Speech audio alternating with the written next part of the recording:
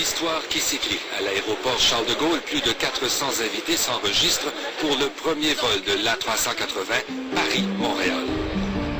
Vous volez aujourd'hui sur un avion d'Airbus équipé en configuration de démonstration, qui n'est évidemment pas celle exactement qu'aura Air France sur son modèle.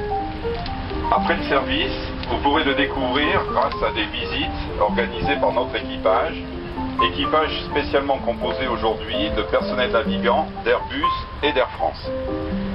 Nous avons choisi de voler vers Montréal, où nos amis canadiens ont été parmi équiper leur aéroport pour recevoir l'Airbus 380. Les passagers s'installent, l'appareil est spacieux, lumineux, confortable. Le plus beau reste à venir, le décollage. Les moteurs sont puissants, l'avion s'élance. Le NEC Plus Ultra du jamais vu, il y a une caméra sur la queue de l'appareil, des images spectaculaires que tous les passagers peuvent voir en direct. L'appareil quitte le sol et prend de l'altitude. Les invités sont ravis. C'est absolument incroyable de voir la douceur avec laquelle s'est fait l'envol de notre gros paquebot volant. Voilà, l'avion est dans les airs.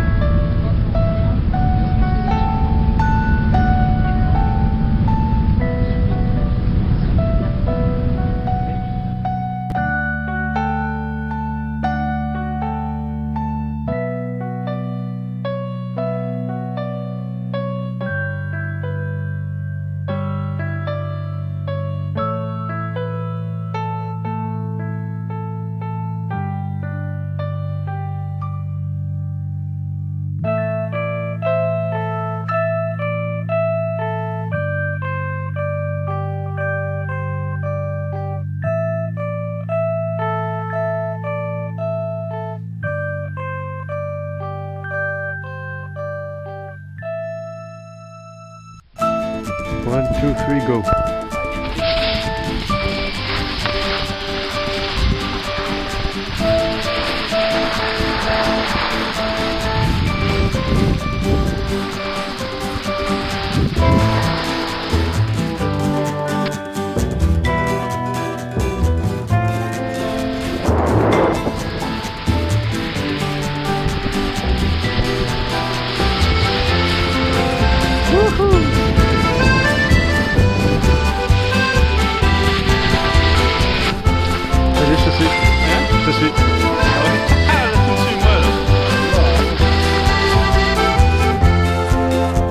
Je m'arrête un instant pour te parler de ma vie, juste comme ça, tranquillement, dans un bar rue Saint-Denis. Je te raconterai les souvenirs bien gravés dans ma mémoire de cette époque où vieillir était encore bien illusoire. Quand j'agaçais les petites filles pas loin des balançoires et que mon sac de billes devenait un vrai trésor. Ces hivers enneigés à construire des igloos et rentrer les pieds gelés juste à temps pour passe-partout. Mais au bout du chemin, dis-moi ce qui va rester de la petite école et de la cour de récré. Quand les avions en papier ne partent plus au vent, on se dit que le bon temps passe finalement comme une étoile filante.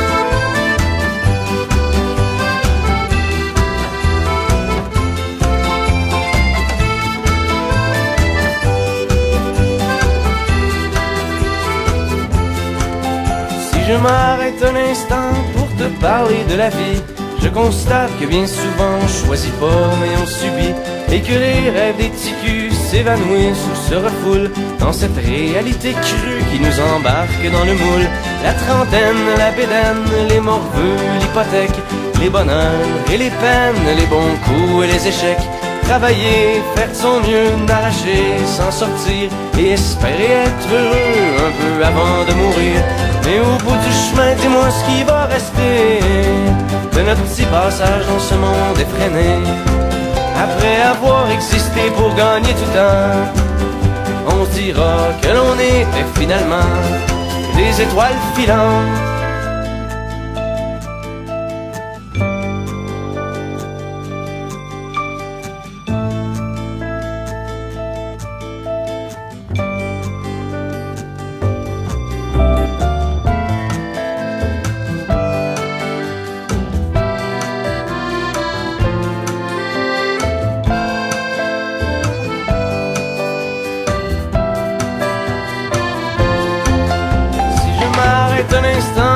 te parler de la vie, juste comme ça, tranquillement, pas loin du carré Saint-Louis. C'est qu'avec toi je suis bien et que j'ai plus le goût de m'en faire. Parce que tu sais, voir trop loin, c'est pas mieux que regarder en arrière. Malgré les vieilles amertumes et les amours qui passent, les chums qu'on perd en brume et les idéaux qui se cassent, la vie s'accroche et renaît comme les printemps reviennent dans une bouffée d'air frais qui apaise les cœurs en peine. Ça fait que si à soir t'as envie de rester avec moi, la nuit est douce, on peut marcher. Et même si on sait bien que tout dure rien qu'un temps, j'aimerais ça que tu sois pour un moment mon étoile filante.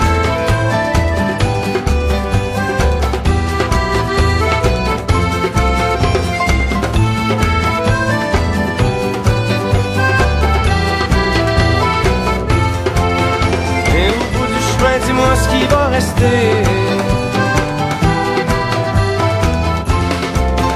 Et au bout du chemin, dis-moi ce qui va rester. Que des étoiles filantes.